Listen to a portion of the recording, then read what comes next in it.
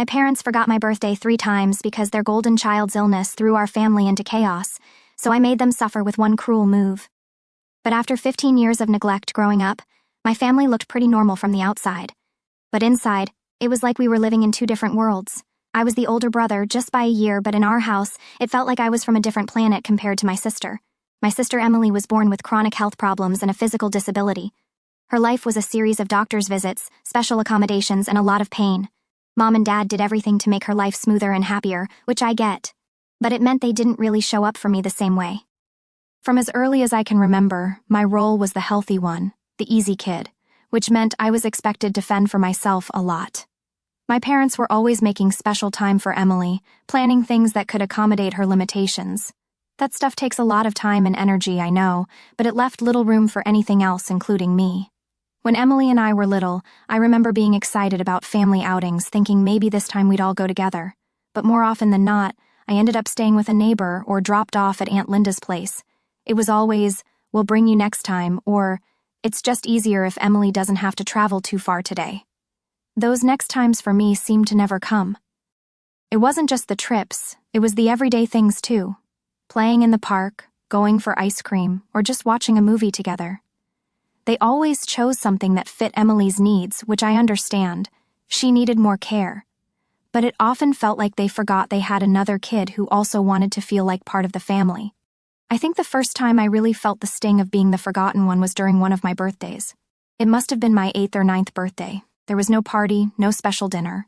I woke up that day thinking maybe they had a surprise planned, but the whole day went by and nothing happened. They had taken Emily to a concert she had been looking forward to, something they had planned for months, and it just so happened to fall on my birthday. They came back talking about how much fun it was, how it was such a good show, and I just sat there feeling pretty invisible. The next day, my mom realized they'd missed my birthday and tried to make up for it by handing me a $5 gift card they had picked up last minute. It was a kind gesture, sure, but it felt so afterthought, so insignificant compared to the effort they put into making sure Emily could see her favorite band live. As we got older, this pattern didn't really change. It was always about what Emily needed, and I was expected to understand, to not make a fuss. I spent a lot of time alone or at friends' houses, anywhere I felt a bit more seen. I remember for 1 year I was turning 10, double digits, a big deal for any kid. I had been dropping hints about wanting to do something fun as a family, maybe hit the local arcade or have a pizza party at home. But as the day drew closer, I could tell that nothing was planned. No whispers of secret plans, no hidden gifts around the house, nothing. On the morning of my birthday, it was like everyone had forgotten. There was no happy birthday at breakfast. It was just cereal as usual and conversations about what Emily needed for the day. She had been having a rough week health-wise, so I understood the focus was on her, but it stung, it really did. I went to school that day hoping my parents would remember and maybe surprise me when I got back home, but when I walked back in through the door that afternoon, it was clear that wasn't happening. There was no surprise, no cake waiting on the counter. My mom was on the phone sorting out some new therapy sessions for Emily, and my dad was at work as usual. It felt like any other day, except it was supposed to be my day. I didn't say anything. What was the point? It wouldn't make them remember or care. I just went to my room and tried to make the best of it. My friends at school had said happy birthday, and they even pulled together some change to buy me an ice cream at lunch, so that was nice. It helped a little, made the day feel a bit less ordinary. The next day, my mom must have seen the date on something because she suddenly realized they'd missed my birthday. She apologized and said things had just been so hectic with Emily. I nodded, said it was okay, but it wasn't really. They promised we'd do something that week to make up for it. Come the weekend, though, plans fell through again. Emily wasn't feeling up for going out, and instead of maybe doing something at home, we ended up just watching some of her favorite movies. My dad picked up a cake, one of those pre-made ones from the grocery store, but it was almost an afterthought, a consolation prize, not a celebration. This pattern wasn't new, it was just more of the same, another year, another forgotten celebration. It wasn't just about the party or gifts, it was about feeling recognized, feeling like I mattered too. But each missed birthday was a reminder that in the grand scheme of things, my needs, my desires were always on the back burner. By the time my 12th birthday rolled around, I had lowered my expectations.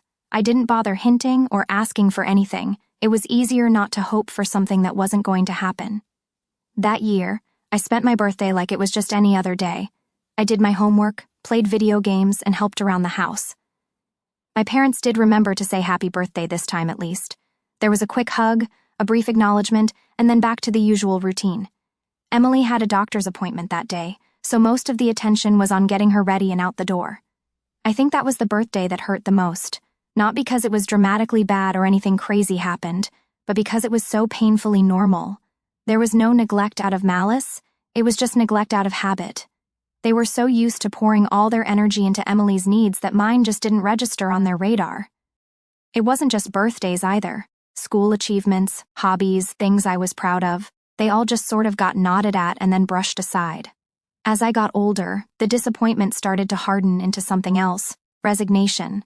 I stopped expecting things to be different. Friends' birthday parties were a glimpse into what it could be like with parents who planned and celebrated their kids. I enjoyed those moments, basked in the warmth of those celebrations, and then went home to my reality. In therapy, when we started going a few years later, one of the therapists pointed out that these missed moments were significant. They weren't just little slips. They were patterns that showed where the priorities lay. Discussing it in those sessions, I tried to express how these patterns made me feel unimportant, secondary. My parents listened, but there was always an excuse, always a reason why things had to be the way they were. They promised to try harder, to be more aware, but the habits of a lifetime are hard to break. Looking back now, I can see how these early experiences shaped my expectations about life and relationships. They taught me to not ask for too much, to not expect too much. That way you can't be disappointed. But they also taught me about the kind of parent I want to be someday, someone who remembers, who celebrates each child for who they are, not just what they need. My grandparents were the unsung heroes of my childhood. With my parents usually wrapped up in the endless cycle of managing Emily's health issues, it was Grandma and Grandpa who stepped in to fill the void. They didn't do anything extraordinary, but in my world, they were a beacon of normalcy and warmth, a contrast to the cold at home. Grandma had a way of making every little thing seem special. She had this old faded recipe book, and every time I visited, she'd let me pick a recipe to try out together. It didn't matter if it was her famous chocolate chip cookies or something as simple as spaghetti. It was our thing. It was during these cooking sessions that she'd share stories about her own childhood, about the mischief she got into with her siblings. I lived for those stories. They were a window into a world where I felt connected, where I wasn't just the other child. Grandpa, on the other hand, was the quiet strength of the pair. He was a man of few words, but he had a presence that made you feel secure. He loved model trains, and the basement of their house was dedicated to his elaborate setups. He'd spend hours down there tweaking and fixing, and I was always welcome to join. It wasn't just about the trains. It was about sharing something he loved with me, something that wasn't overshadowed by the constant concerns that hung over my family. Their house was my refuge. The days I spent there were the days I felt most like a kid, not just a bystander in my sister's life. They celebrated every report card, every small achievement that my parents often overlooked. When I scored my first goal in soccer, Grandma made a cake, and Grandpa put up a little display in the living room with the ball I'd used in the game. They made it seem like the biggest deal, and that meant everything to me. But life has a way of reminding you that nothing stays the same. 3 years ago, Grandma got sick. It wasn't sudden, it was a slow decline that seemed to parallel the gradual fading of my childhood innocence. Her vibrant energy dimmed, and the kitchen, once the heart of our interactions, grew silent. I watched helplessly as the disease took hold, turning our cooking sessions into brief, strained visits where she'd mostly sleep while I sat by her side, holding her hand, missing her even though she was right there. When she passed away, it was like losing a part of my foundation. The funeral was a blur, a procession of people offering their condolences, saying how wonderful she had been, how she'd be missed. I nodded, thanked them, but inside I felt a hollowing out, like someone had scooped out the center of me. Grandpa changed after Grandma's death. The spark that had been in his eyes when he showed me a new train setup or told a joke, it faded. The basement gatherings became less frequent, and then they stopped altogether. He moved through the days mechanically, a routine without joy. The model trains gathered dust, and our conversations grew stilted, both of us lost in our grief. It wasn't long before the decision was made to move him to a nursing home in another city. The house, too big and too full of memories, was too much for him alone. I understood the reasons, but it felt like another anchor being lifted, leaving me adrift. Our visits became monthly trips that were more about ensuring he was okay, Rather than sharing in anything meaningful, I'd sit in the sterile visitor room, making small talk, both of us avoiding the gaping absence that Grandma left behind. With Grandma gone and Grandpa far away, my buffer against the loneliness at home was gone. The transition back to life where my sister's needs dominated was harder than ever. The contrast was stark. Where my grandparents had made me feel seen, at home I was more invisible than before. The routines continued. Emily's needs continued to shape our family life, and I continued to fade into the background. The isolation wasn't just physical, it was emotional. During family gatherings, conversations would circle around Emily's latest treatments or her challenges. I'd chip in where I could, try to share bits about school or friends, but it often felt like speaking into a void. My words seemed to dissipate the moment they left my lips, unimportant and fleeting. Even at school, I started to withdraw. Friends invited me to hang out, but I found myself declining more often, opting instead to spend time alone.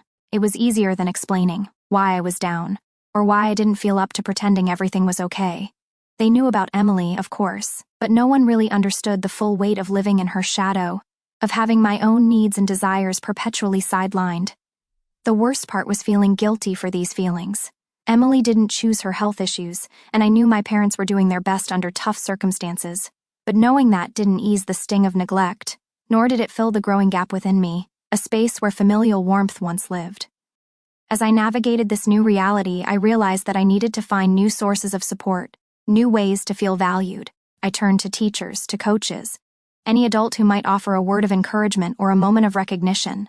Each small acknowledgement felt like a lifeline, a reminder that I could be more than just the healthy sibling, more than just the other child. Looking back, losing my grandparents not only marked the end of their physical presence in my life but also the end of my childhood in many ways. It forced me to face the imbalance in my family head-on and to start seeking ways to carve out my own space, my own identity, independent of the family drama that had so long defined me. Sibling rivalry is typical in most families, but when your sibling has special needs, the dynamics can shift drastically. The term rivalry doesn't even feel right. It's not like we were ever competing on the same level. Emily's needs always came first, which I understood on a rational level, but emotionally it was a whole different story. It all came to a head one evening that felt like any other at first. I was in the middle of a gaming session, a rare moment of relaxation in a house that often felt more like a revolving door of therapists and medical crises. Emily was having a tough day, more pain than usual, which made her short-tempered and moody. Mom and Dad were doing their best to comfort her, but nothing was really working. That's when things took a turn for the worse. In her frustration, Emily lashed out. It wasn't the first time she had a tantrum, but this time my gaming console bore the brunt of her anger. Controllers flew, the console crashed to the floor, and the game I was in the middle of vanished into a screen of static. I was stunned, just staring at the wreckage of what was my only real escape from the everyday stress. When I looked to my parents for support, hoping for once they'd see the impact of Emily's actions on me, all I got was a hurried apology as they scooped her up to calm her down. They were more concerned with her tears, her reasons for the outburst, than the fact that she destroyed my property, something that mattered to me. The message was clear. Her immediate needs were more important than any of my feelings or possessions. That night, after Emily calmed down and everyone else seemed to move on, I was left with a broken console and a growing resentment that no amount of silent brooding could dissipate. I lay in bed thinking about how unfair it was that her needs not only came first, but seemed to be the only needs that mattered. It wasn't her fault she was in pain, or that she had limitations, but why did that mean I had to be the collateral damage? Over the next few days, I tried to brush off the incident, but the frustration simmered. I found myself snapping over small things, withdrawing further into myself. My parents noticed but misinterpreted my mood as typical teenage angst, attributing it to school stress or just a phase. They suggested maybe I needed more sleep or should try talking to someone like a counselor at school. It felt like another dismissal, another way of saying that my problems weren't as significant. It was around this time that I first brought up the idea of family therapy. I wasn't sure what to expect, but I was desperate for anything that might help us communicate better. To my surprise, my parents agreed. Maybe they realized things were starting to spiral, or maybe they hoped a professional could smooth over the growing cracks in our family dynamics. Either way, we found ourselves sitting in a stark, quiet room across from a therapist who seemed genuinely interested in hearing from each of us.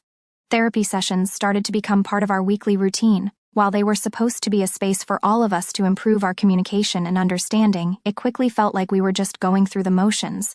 My parents, eager to rectify their past neglect, initially threw themselves into the process with a kind of desperate energy.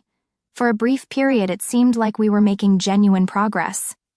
During these sessions, the therapist encouraged us to share our feelings openly, which was a new and uncomfortable experience for everyone. I talked about feeling like an outsider in my own family, about the pain of having my needs and interests consistently overlooked.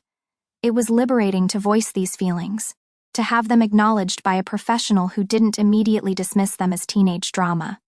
My parents listened, really listened, for the first time in a long time. They seemed shocked to hear how deeply their actions, or lack thereof, had affected me. There were tears, apologies, and promises to do better. For a moment, I allowed myself to believe that change was possible, that we could find a new normal where I wasn't just an afterthought. To put these good intentions into practice, we started implementing more structured family time. It was decided that once a week we would do something as a family that didn't revolve around Emily's medical needs or preferences. It was a small concession, but it meant the world to me. The first few times were awkward but also kind of nice. We went to movies, visited museums, and even spent an afternoon bowling.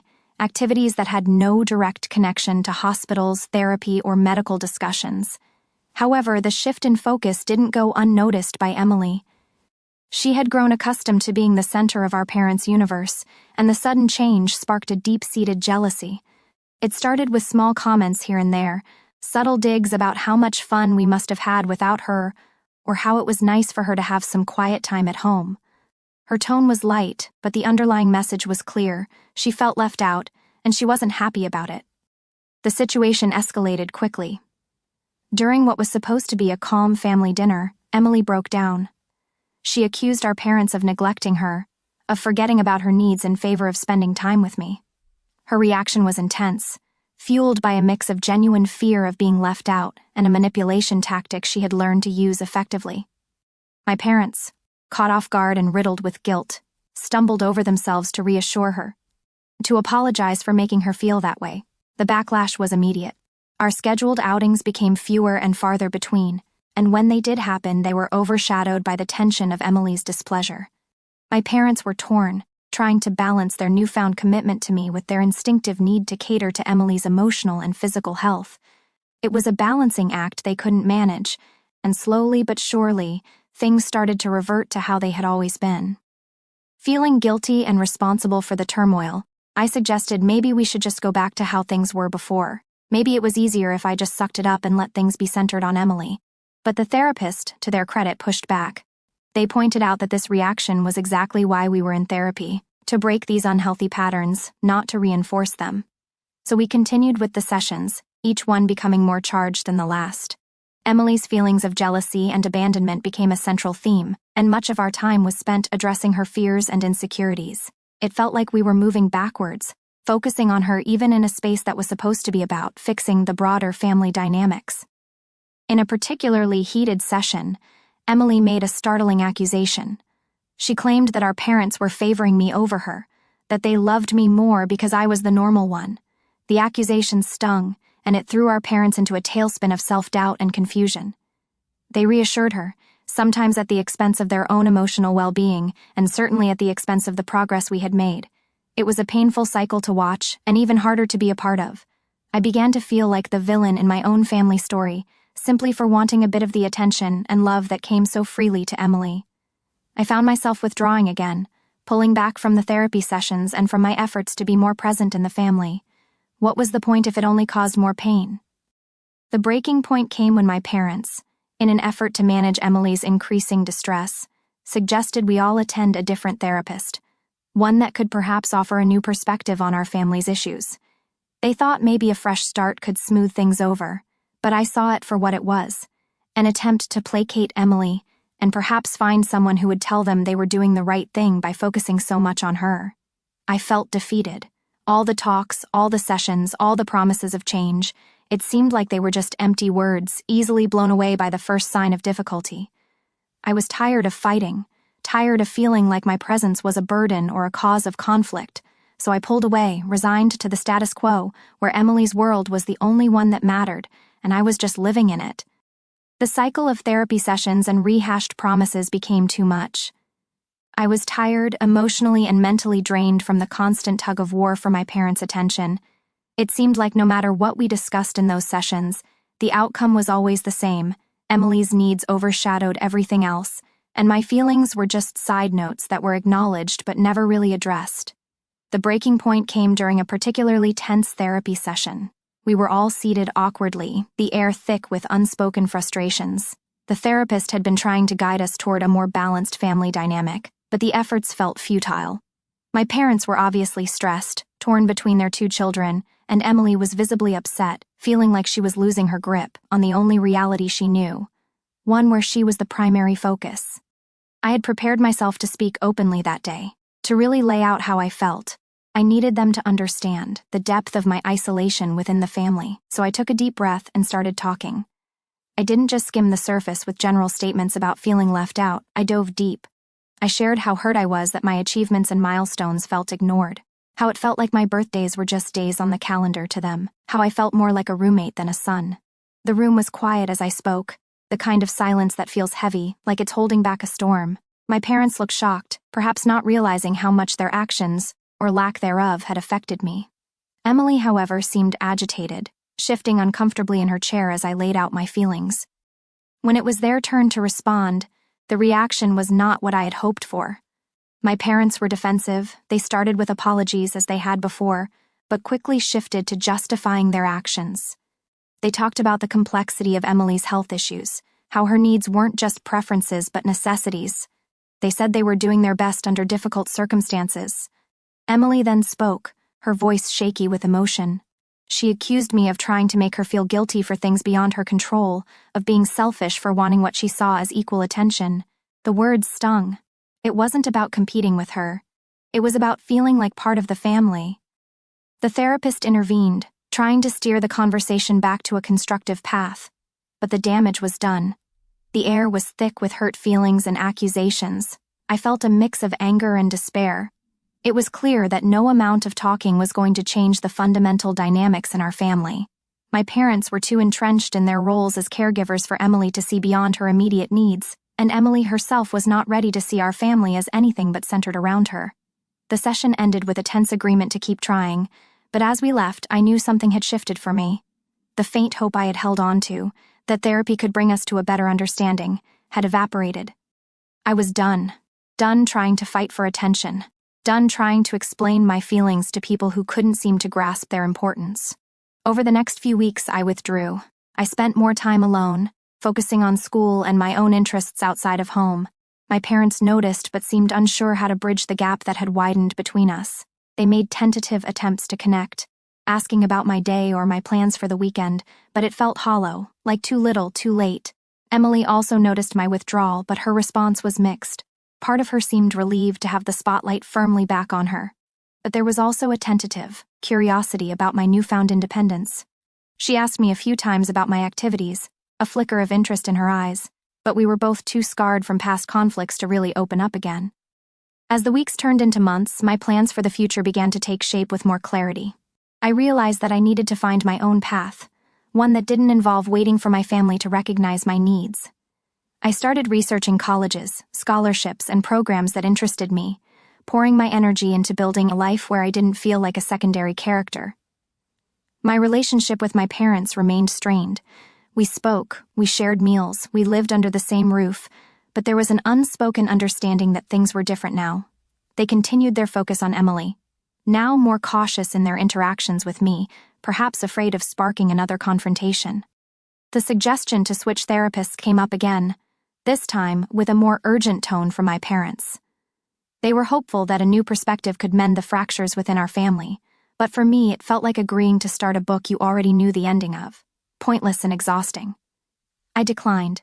I told them it was too late for new beginnings in therapy, that ship had sailed, and I was already looking toward new horizons. They were disappointed, but there was also a resignation in their acceptance, a recognition that they had missed too many opportunities to make things right. I wasn't angry anymore, just resolved to move forward, to build my own world where I was more than just an afterthought. It wasn't the family dynamic I had hoped for, but it was one I could live with, knowing I had tried, knowing I had finally chosen to prioritize my own well-being. After I moved out and reduced contact with my family, life started feeling more like mine. I wasn't just the older brother always sidelined by my sister Emily's needs anymore. I was just me, living my own life, making my own rules in a new city. The decision to go low contact wasn't easy, family is family after all, but the constant neglect had taken its toll, and I needed space to figure out who I was outside of that dynamic. At first, the quiet was strange, no background noise of Emily's needs or the chaos that usually surrounded them. It was just me and my thoughts, which was scary and freeing at the same time. I found a small apartment, got a job that I didn't mind, and started piecing together a routine that was all my own. When my first birthday rolled around after the move, I wasn't expecting much. Maybe a call if I was lucky. But the day came and went with silence. No calls, no texts, nothing. It hit harder than I expected. It's not like I wanted much, just a sign that they remembered I existed outside of Emily's world. I ended up spending the day alone, reflecting on everything that had led to this point. It was a sobering reminder of why I had put distance between us. I let it slide without making a fuss. Instead, I used it as motivation to invest more into my new life. I started making friends. Really good ones, people who showed up for me, who remembered small details and made plans. We'd hang out after work, grab drinks, or just chill at someone's place playing games or watching movies. Little by little, I began to feel part of something again, a community where I wasn't just the other kid. The next year, I approached my birthday with a new mindset. I didn't bother checking my phone for missed calls or messages from home. Instead, I planned a big night out with my friends. We hit a couple of bars, laughed more than I had in years, and celebrated until the early hours. It was hands down the best birthday I'd ever had. For the first time, I wasn't an afterthought but the main event, and it felt amazing. Days later, curiosity got the better of me, and I called home. Sure enough, they had forgotten again. This time, there wasn't even an apology, just straight into how things were going with Emily. It stung a bit, but it also solidified my resolve that I was doing the right thing by keeping my distance. My life was here now, with people who valued me. By the third year in my new city, my birthday had become something I genuinely looked forward to. I threw another big party, this time even bigger. We rented out a space, had a DJ, the works. It was a blast. Friends, both old and new, showed up to celebrate. It was during this party, surrounded by people who cared about me, that I fully realized the weight of what I had been missing out on all those years. Once again, I made that after-the-fact call to my family. As expected, they had forgotten my birthday once more, but this time I didn't even bother bringing it up. We chatted briefly about mundane things, and that was it. That call was short and perfunctory, a stark contrast to the warmth and joy of my celebrations. It confirmed that while they were my family by blood, my real family was made up of the friends who stood by me. The difference in these relationships was stark. With my friends, I was never an add-on. I was integral. They didn't just remember my birthday, they made it special. They didn't just listen to how my day went.